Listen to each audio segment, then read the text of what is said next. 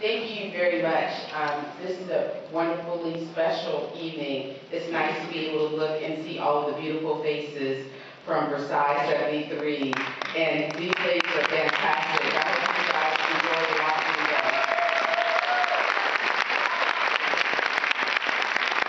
Someone asked me why was it so special and why was it a treat, and I didn't realize how special and how much of a treat it would actually be until I was done with the process.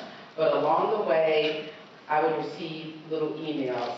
Like, I would get an email, this is like in the middle of editing, it would be from Beth Ann. She said, how's it going? She said, how you coming along? And I would get these encouraging emails from Pat and Nikki, and just the other day, Alva was like, you want to grab something to eat? So they were nurturing and taking care of me, and I really wanted to tell their story. But they're so fantastic and fabulous, and if you call Charlene Dash and ask her something, she's like Johnny on the spot, the email comes right back. They're incredible.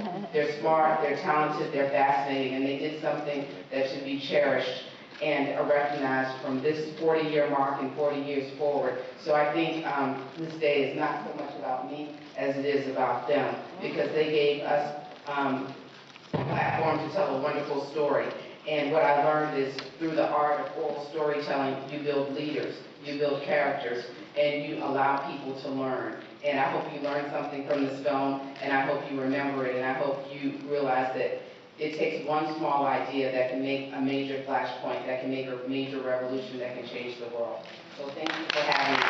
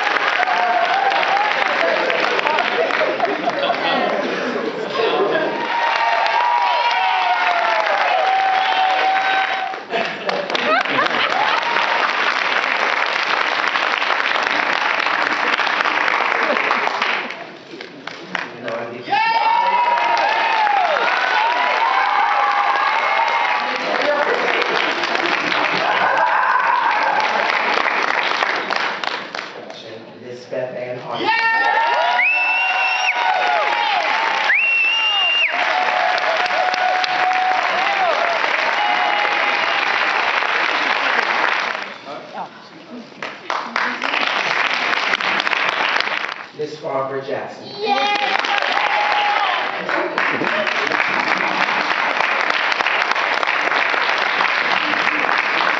And we're delighted to have the editor-at-large of Essence Magazine, Miss Nikki Taylor.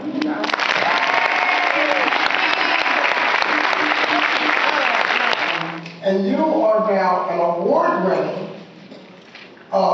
accomplished filmmaker and documentarian, if that's the correct word. Is your education and background in filmmaking? Is that your background? No, I actually studied English Lit and economics. I've always wanted to be a filmmaker. I actually work in advertising. I work at an ad agency, so I guess I make mini films, little 30-second films, and so this was a big undertaking as a first-time film director, but I really wanted it, and it was a passion, much like the passion these models have, and it was a conviction, so that kind of led me through that 19-month process of being able to find all of these lovely people and find the documentation to substantiate the stories and the research. Fabulous. Okay, so share with us how you approach. The footage that you see is the only footage that I can find.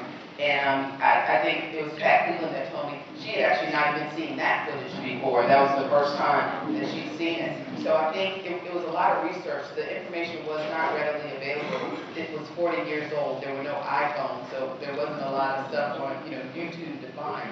So it required going to Versailles. It required coming to FIT, Bryn Mawr, Vanderbilt University. There were scores of universities and archives that we went to actually find the story, and then finding the people themselves. But I also wanted to document it with real documents. So I wouldn't say it was an easy task. The media covered it, but the media didn't always drill down to the stories of these women that are on the stage. Yeah. The other dimension for some. Break loose comes, you better do it or die. That's what it comes to. When it's your turn, you better do it. And do it the best you can, period. What are the benefits that you feel that you reaped as a result of this event after you got back home? Okay, the precious memories of it, fine, but then how did you benefit from it? Was your pay scale higher? Was your agency? No, that's the thing you have to understand. This is what was so interesting and why someone like Deborah and many people never heard of Versailles. It was a job. We didn't go there to come back and all of a sudden, you know, what this is now as a documentary is quite different than what it was as an actuality. It was the joy of doing it.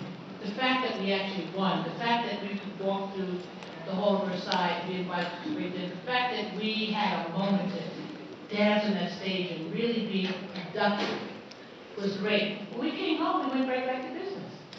I don't think Business of being showgirls. The fact that Anne Klein, who was at the time ill and dying, was so generous and kind to us. she wasn't always kind. But she said,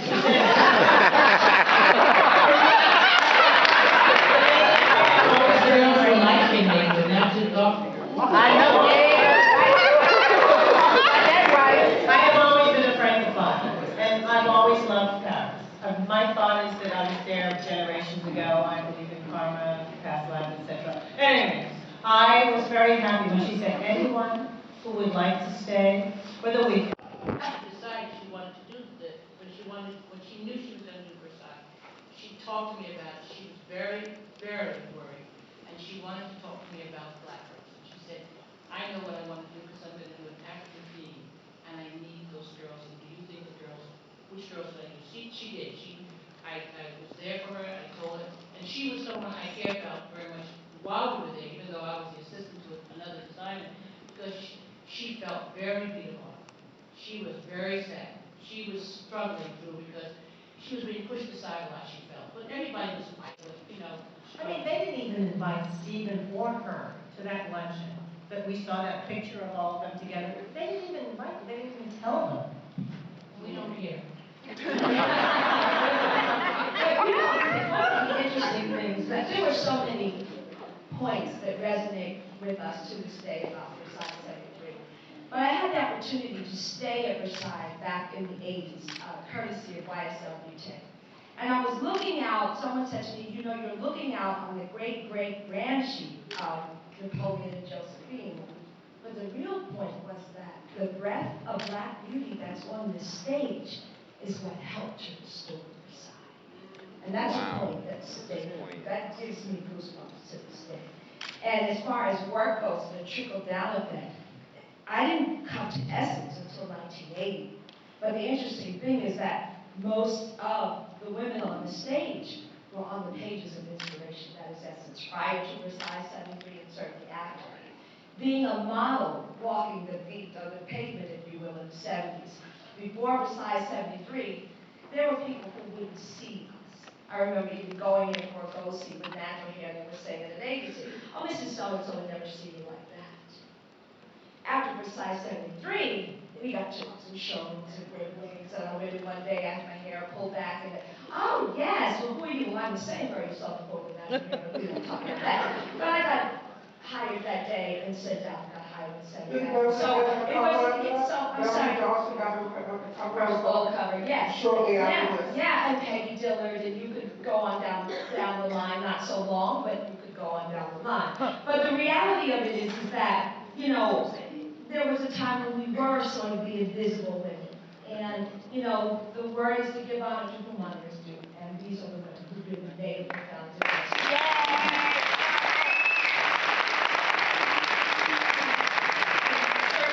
Like you said earlier, iTunes, YouTube, Amazon, as well as the DVD is available at Versailles73movie.com if you enjoy the film. Spread the word. Yeah.